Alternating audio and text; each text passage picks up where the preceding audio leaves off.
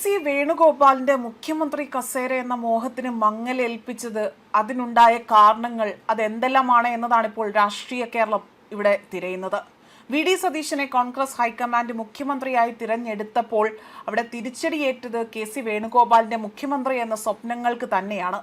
മുഖ്യമന്ത്രി സ്ഥാനത്തിനായി അവസാന നിമിഷം വരെ നടന്ന കടുത്ത രാഷ്ട്രീയ ചർച്ചകൾക്കും നീക്കങ്ങൾക്കും ഒടുവിലാണ് ഹൈക്കമാൻഡ് വി ഡി സതീശനെ അവിടെ അദ്ദേഹത്തിന് പച്ചക്കൊടി കാണിച്ചുകൊണ്ട് കേരളത്തിന്റെ മുഖ്യമന്ത്രിയായി തന്നെ തിരഞ്ഞെടുത്തത്. കേരളത്തിനും ഡൽഹിയിലുമായി തന്നെ വലിയ രീതിയിൽ ദിവസങ്ങളോളം നീണ്ട ചർച്ചകളും ആലോചനകൾക്കും ശേഷമാണ് ഇത്തരമൊരു അന്തിമ തീരുമാനം ഇപ്പോൾ എടുത്തിരിക്കുന്നത്. ലോക്സഭാ പ്രതിപക്ഷ നേതാവ് രാഹുൽ ഗാന്ധി ഉൾപ്പെടെയുള്ള ദേശീയ നേതൃത്വത്തിന്റെ ശക്തമായ പിന്തുണയോടുകൂടി തന്നെയാണ് വി ഡി സതീശന്റെ ഈ ഒരു രീതിയിൽ അദ്ദേഹത്തെ ഇവിടെ നിർണായകമായ ഒരു മുൻതൂക്കം നൽകിക്കൊണ്ട് മുഖ്യമന്ത്രി സ്ഥാനത്തേക്ക് ഇപ്പോൾ അവിടെ എത്തിച്ചിരിക്കുന്നത്. അതേസമയം ഈ ഒരു അവസരത്തിൽ ഏറ്റവും കൂടുതൽ നിർണായകമായി മാറുന്നത് എന്തെല്ലാം കാര്യങ്ങൾ കൊണ്ടാണ്, എന്തെല്ലാം ഘടകങ്ങളാണ് കെ സി വേണുഗോപാലിന് തിരിച്ചടിയായിരിക്കുന്നത് എന്നതാണ് ഇവിടെ എടുത്ത് പറയേണ്ട മറ്റു കാര്യങ്ങൾ.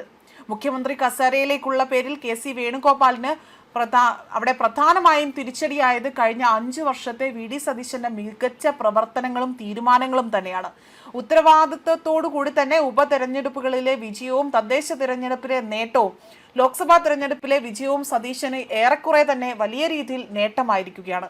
ഇതോടെയാണ് വരുന്ന 5 വർഷം സതീശൻ മുഖ്യമന്ത്രിയായി തന്നെ പാർട്ടിയെ നയിക്കട്ടെ എന്ന ഒരു വികാരം ഇവിടെ പ്രവർത്തകർക്കിടയിലും ഘടക കക്ഷികൾക്കിടയിൽ പോലും സജീവമായിരിക്കുന്നത്. മുഖ്യമന്ത്രി ആരാകണമെന്ന ചർച്ചകൾ സംസ്ഥാനത്ത് ചൂട് പിടിച്ചപ്പോൾ തന്നെ കെ സി വേണുഗോപാലിനെ തള്ളിക്കൊണ്ട് മുസ്ലിം ലീഗ് നിലപാട് സ്വീകരിച്ചത് ഏറെ ശ്രദ്ധേയമാണ്. ഇത് കെ സിയുടെ പ്രതീക്ഷകൾക്ക് മേലുള്ള ആദ്യ തിരിച്ചടിയായിരുന്നു.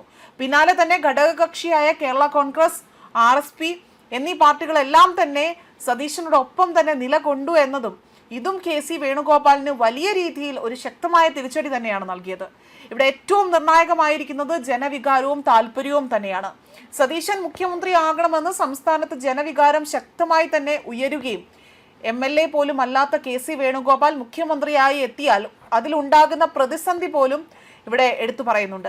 അതായത് 2 ഉപതെരഞ്ഞെടുപ്പുകളും ഇവിടെ ചർച്ച ചെയ്യപ്പെട്ടു എന്നതാണ് വസ്തുത.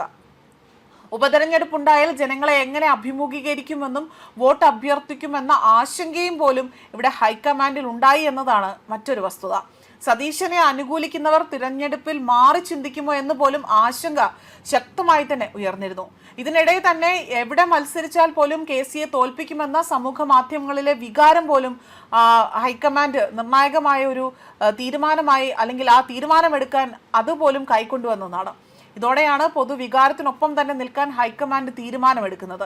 ഇതോടുകൂടി തന്നെ മുഖ്യമന്ത്രി കസേരയിലേക്ക് വി ഡി സതീശനെ പ്രഖ്യാപിക്കാൻ ഹൈക്കമാൻഡ് അവിടെ നിർബന്ധമായും തന്നെ, അല്ലെങ്കിൽ അവർ ആ ഒരു രീതിയിലേക്ക് നിർബന്ധിതരാവുകയാണ് ചെയ്തിരിക്കുന്നത്. MLA-മാരുടെ പിന്തുണ കെ സി വേണുഗോപാലിന് ഉണ്ടായിരുന്നുവെങ്കിൽ പോലും ജനവികാരം എന്ന ആ ഒരു പ്രതിസന്ധി സതീശനിലേക്ക് കാര്യങ്ങൾ എത്തിക്കുകയാണ് ചെയ്തിരിക്കുന്നത് എന്നതാണ് ഈ ഒരു രീതിയിലെ തീരുമാനം കൊണ്ട്, അല്ലെങ്കിൽ ഇപ്പോൾ പുറത്തു വന്ന തീരുമാനത്തിൽ നിന്നും എടുത്ത് സൂചിപ്പിക്കാൻ പറ്റുന്ന കാര്യമായി തന്നെ വിലയിരുത്തിയിരിക്കുന്നത്. ന്യൂസ് ഡെസ്ക് കർമ്മ ന്യൂസ്.